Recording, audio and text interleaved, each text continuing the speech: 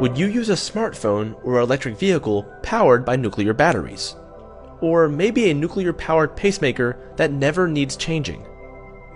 Russian researchers developed a nuclear battery design based on a radioactive element that has a half-life of over 100 years.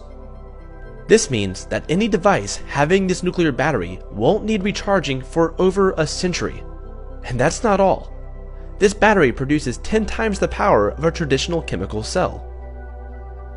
For people who use smartphones and other smart devices 24/7 and are tired of constant recharging, this might be good news.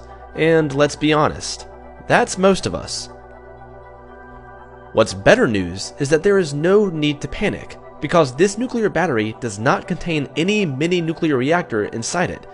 So how does it work? Nuclear batteries work through a process known as beta voltaics to produce electricity. As the name implies, it generates power from the decay of beta particles. A radioactive source inside the device decays and emits beta particles, and when these interact with a semiconductor layer, they can create an electric current. The prototype design is based on a radioactive isotope nickel-63 and a semiconductor made out of diamond. The nickel-63 isotope fires high-speed electrons into nickel foil, generating electricity. This nuclear battery boasts about 3,300 milliwatt-hours of power per gram and continues producing power for 100 years, because this is the length of nickel-63's half-life. Batteries powered by radioactive materials have been around for more than a century, before more advanced methods such as lithium-ion arrived. Previously, researchers developed a nuclear battery that used a radioactive isotope strontium-90 that splits water molecules to produce electricity, and the nanotritium battery with a 20-year lifetime. This sort of technology would be ideal for powering things you can't or would rather not access often, such as pacemakers.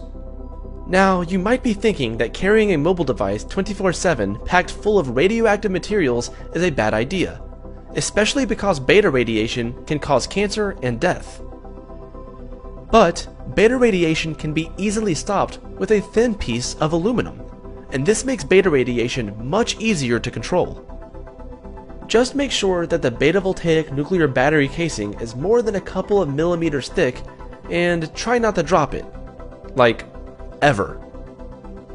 Even though we can control beta radiations, it will be some time before we can see commercial nuclear batteries in the market. Marketing a nuclear-powered pacemaker in today's world would demand more than just a catchy news ad. A lot of public education needs to be done before potential customers will feel comfortable using this technology. For now, nuclear batteries will probably only be used in military and space applications. Space agencies planning long trips will need to develop small power sources that don't need replacing in order to save on cargo space. Still, it would be nice to have a smartphone that never once needs recharging.